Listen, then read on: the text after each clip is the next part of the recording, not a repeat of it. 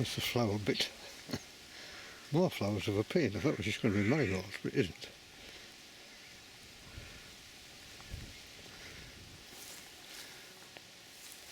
Lots of these have appeared. Pink.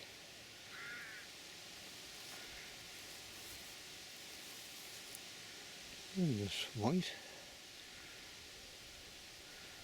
And sort of more complicated pink one there. Yeah, very nice. Anyway, I dug this border day before yesterday. It was absolutely dust dry. Anyway, it hammered down yesterday. So I've planted out my little mesembryanthemum seedlings.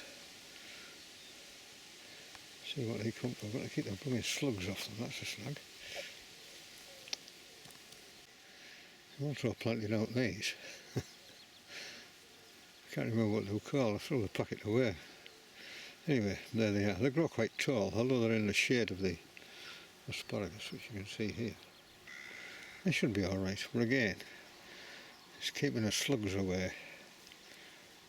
And lots of branches growing all over the path, hit you in the face.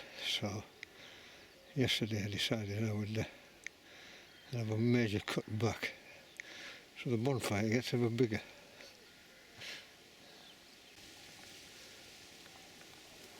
This butterfly's called a ringlet. It's gone. When I cut the lawn, I left this bit. It's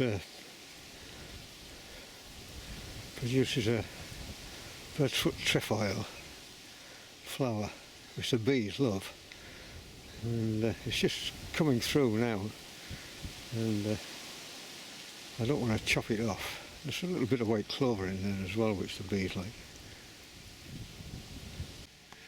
Oh, the lavender's out, a wonderful scent. It should be pruned quite hard. Last year I forgot, so it's a little bit spindly. And there you can see the yellow rattle's about finished now. And, been collecting seeds over the last couple of weeks while it all dries out. Well, I've collected several thousand yellow rattle seeds, which I'll sow once I've cut this meadow. So the next big job is to cut this, dry it, card it off and burn it, which is a big job. But the weather forecast for the next week is sunshine, which is ideal. You don't want to cut this and then let it get wet. And that's the weeping ash tree. It's doing really well considering it's under attack from ash dieback fungus. Maybe it'll recover. Every year it tends to be putting on more growth, and I can't see any sign of dieback on the new growth. And it's just a view from the other side. All the new growth seems remarkably healthy. Maybe that's just an interim. Maybe later it'll all begin to die off. But yeah, you have to remain optimistic. Yeah, lots of Braeburn apples.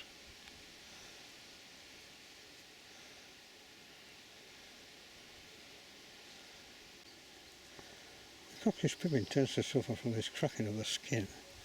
In some years it's been really bad, but this year this is the only one I can find. Hopefully if I take it off there won't be any more. I don't know what causes it. I suspect it's caused by drought. The skin hardens in the drought, and when we get a bit of rain, when the apple tries to expand, it cracks the hardened skin. But I wouldn't swear to that. You know, on this particular branch there's quite a lot of them. I think I'm going to have to thin them out. Fewer bigger apples rather than lots of smaller apples.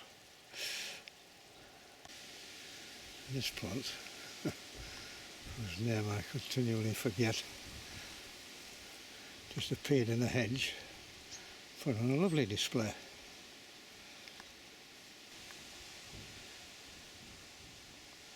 Yes, I really like it. Well, there we are. That's where we are with the garden, and this being the first week in July. And it's just a case of everything growing now. Anyway, on this wonderful day, I shall set out and see if I can catch a barbel. Take care. I'll see you again. Bye bye. Well, I've just taken my Alco scythe mower out for its annual trip. It's an amazing machine. Comes to anything.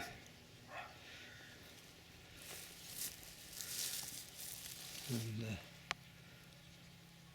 that's the model number BM8753.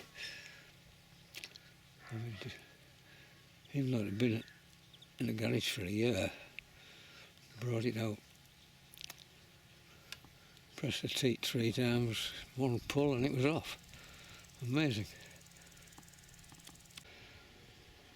Well, halfway through cutting this, well, more than halfway, 2/3 through cutting this meadow bit. It's really thick, it's this Yorkshire fog, but the scythe mower takes it in its stride.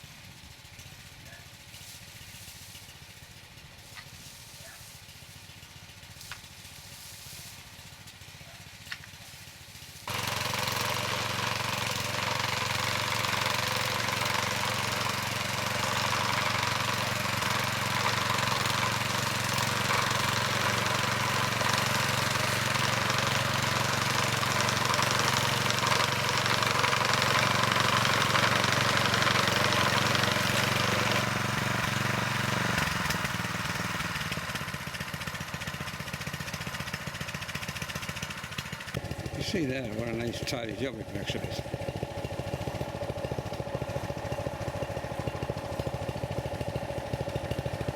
Well, there we are, job done. I'll just leave that to dry now, and then tomorrow I'll turn it over, leave it to dry, and then I'll decide when I'm going to burn it, because it makes a hell of a lot of smoke. You don't want it blowing back onto these houses here, especially at this time of year, because we've all got the windows open.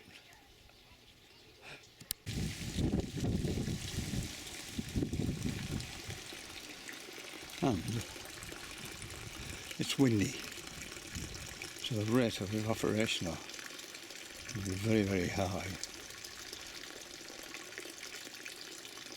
Put a lot of stress on these plants, particularly trees that haven't seen any rain for weeks on end.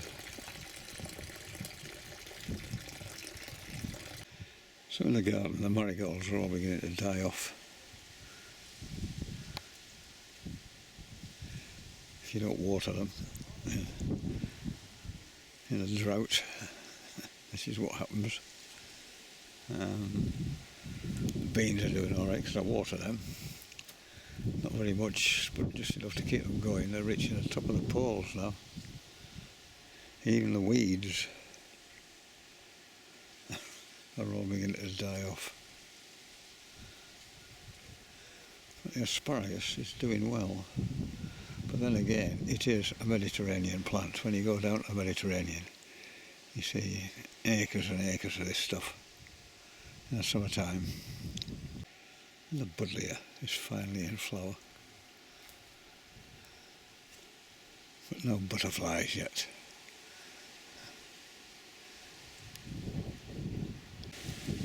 The raw berries are beginning to turn.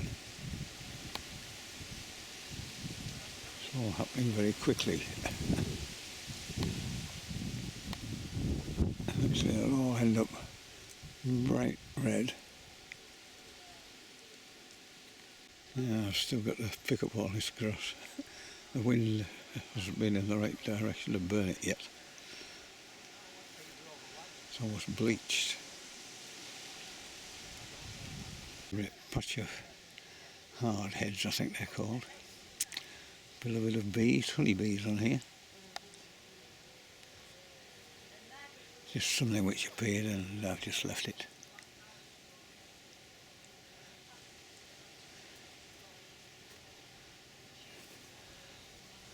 There won't be much nectar in these flowers, it being as dry as it is. Even these brambles are suffering.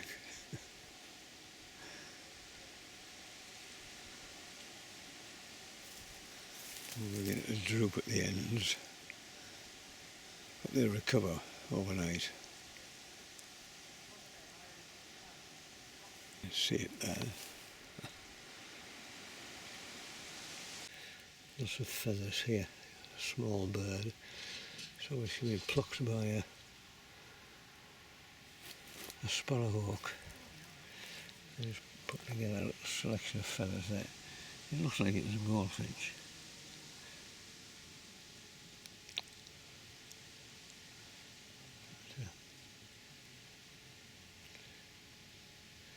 I suppose sparrowhawks have young to feed. I had the moth trap out last night.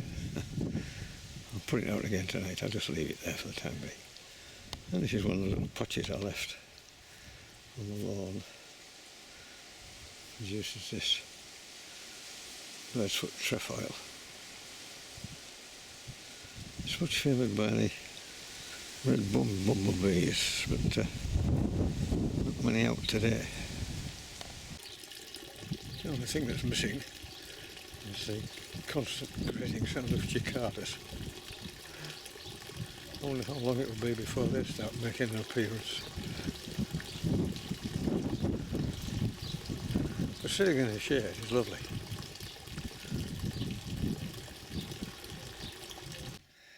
It's 10:30 on Tuesday the 19th of July. It's been absolutely stinking hot day. 40 degrees in some places, a very high 30s here. But now it's a wonderful 26 degrees. There's hardly a breath of wind. I was just going to set up a moth trap, but there's a pipistrelle bat whizzing about here. And it'll have a field day just eating them all as they come in towards the lamp. And I had hoped I'll come out with a bat detector and hoping to catch it with this floodlight and a camera and the bat detector. Anyway, the blight is skedaddled. It's not here. I'll just hang about and wait. Well, it's so dry, even though I've had a little bit of rain, that some of the trees are beginning to shed their leaves. Especially the hazel. Must be a bit shallow rooted, I suspect.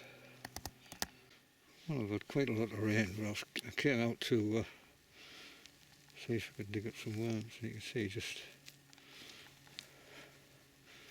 2 inches down. It's just as dry as dust almost. Needless to say, the worms have got a lot deeper. So we need a lot more rain, really. Anyway, the beans are coming on. I watered them well, and beginning to flower.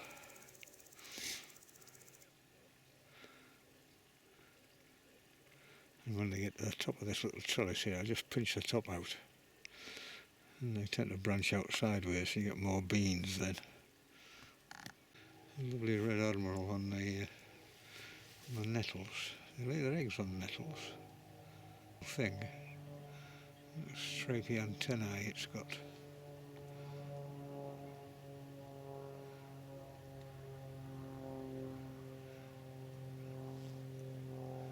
Yeah, beautiful. You can see all the way down there, sort of carpet of leaves.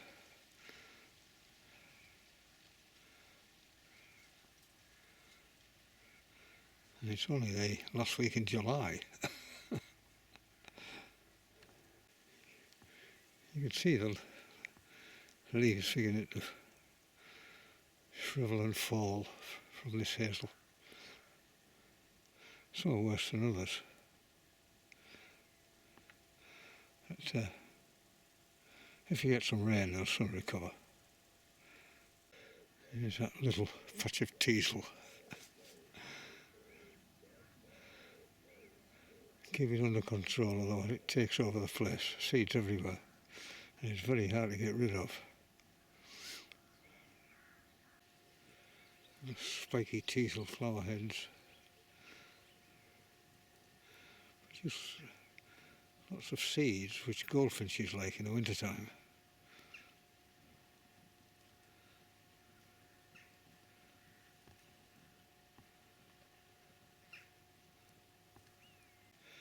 That's a little miniature spruce, which is doing remarkably well. But do even better now. I've trimmed back some of the trees surrounding it so it gets a little bit more sunshine. And this is one of the smaller rawns, the younger rawns, absolutely dripping with berries.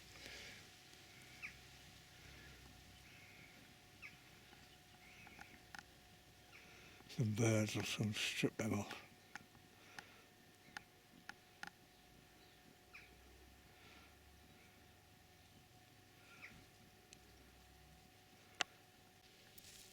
The bird's foot trefoil is coming to an end now. So you get these little seed pods. You can see there how they came to be called bird's foot trefoil.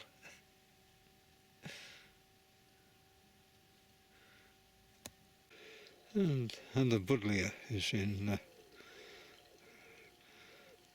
full bloom, so to speak, but it isn't covered with the masses of butterflies which you normally get.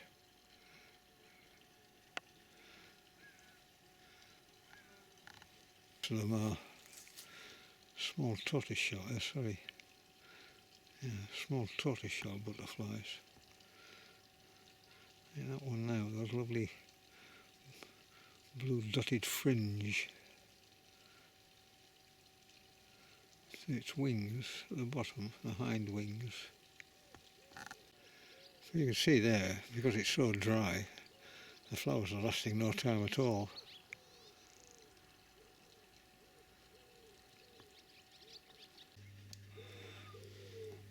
Well, I've just looked out the window this morning and it's thick fog.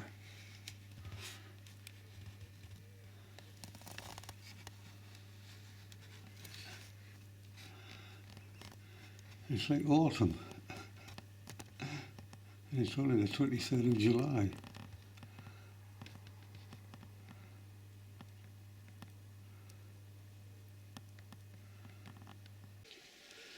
Well, it's a bit cooler today, it's 22 degrees. And the wind is from the southwest. Anyway, today's carting this grass off, this meadow bit, take it up the garden to get rid of it. It won't take long, it's relatively light stuff.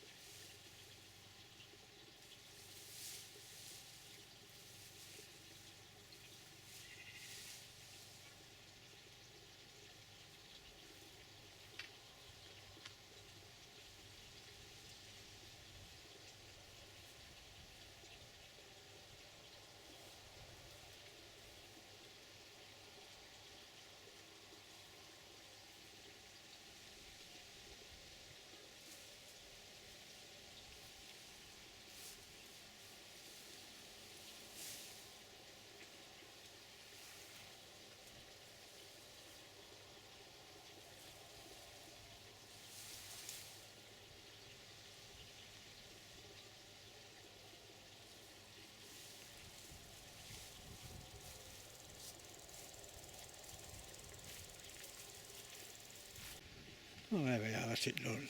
It only took just over an hour. Just need to run over it with a lawnmower now, just tidy it up a bit, but that'll wait. Well, the first of the brambles are almost ready.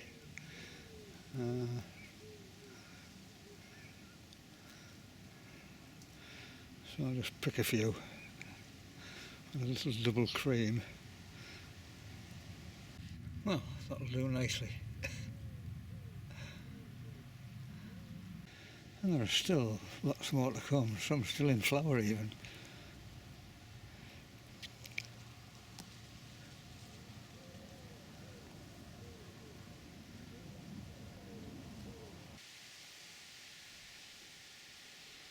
A couple of bees working this flower.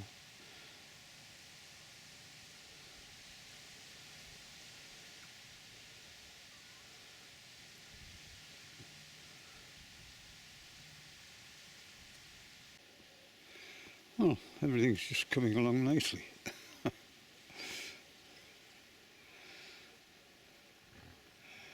I don't know where the butterflies are.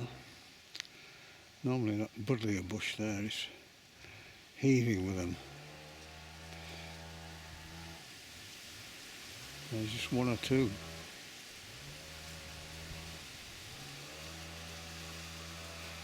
And it looks like it's going to be a good year for nuts. I obviously missed the branch when I was thinning them out. That's what you get.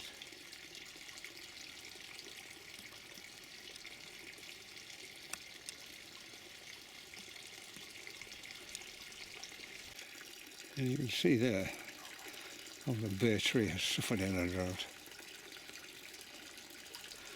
These yellow leaves will all fall off.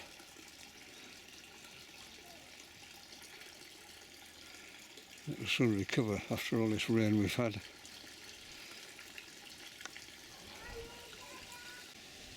It's a really windy day today, but anyway. There are 3 jobs that need doing. Cutting these beech hedges is a big job. I'll need cutting and then shredding. And this particular one, I'm going to take 2 feet off the top of this. It's just getting to be too high. Well, that looks a lot better.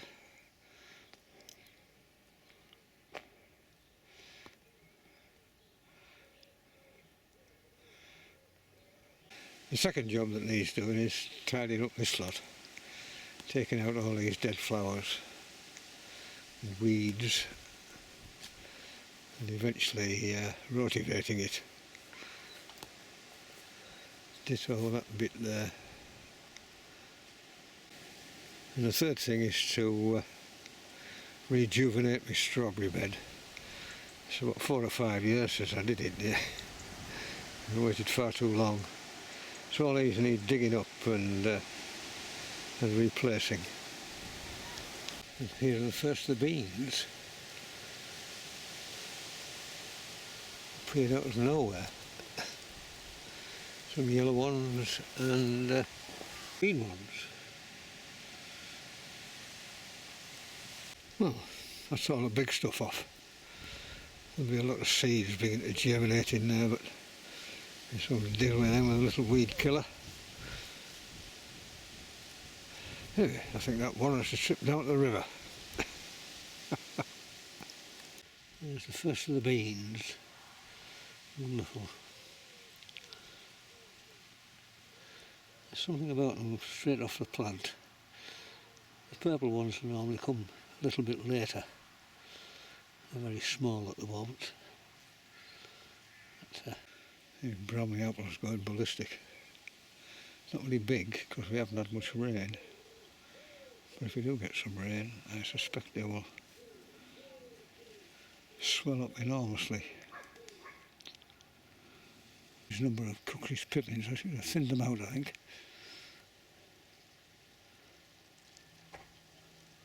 Raw berries gradually disappearing.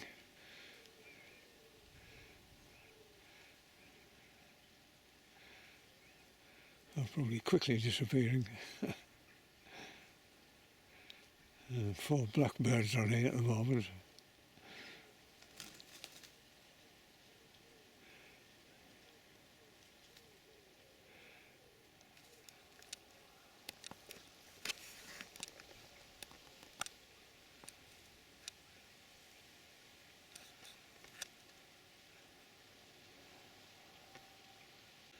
Well, the wind is from the north. All the wheat's been cut, baled and taken in the field adjacent to this garden. So now is probably the day to burn this garden rubbish. There's some mountains of stuff to burn, and but just keep the fire small. Don't want any sparks flying all over the place. Even though we've had some rain, this grass isn't exactly wet. So just burn it a little bit at a time and just take my time over it, really. I don't want it any bigger than that.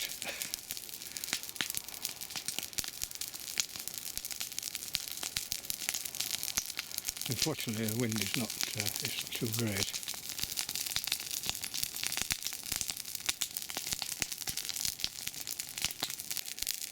You don't get vast amounts of smoke off leaves when you're burning them.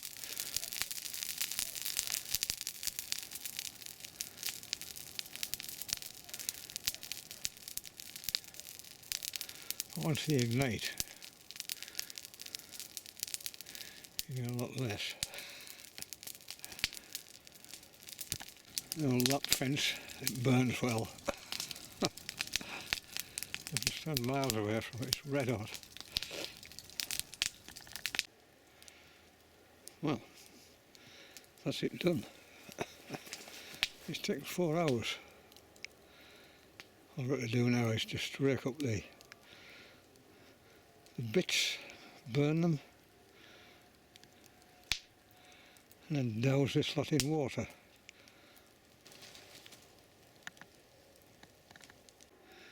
The big advantage of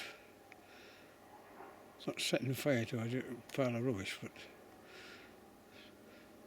moving it and burning it a little bit at a time.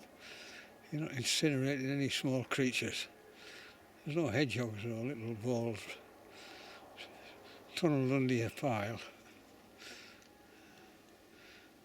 And here it was just a little ball under one of the, in fact under the last piece of old fencing. When I lifted up there's a little ball under there. Fortunately it shot in the opposite direction to the fire. Otherwise that would have been really unpleasant.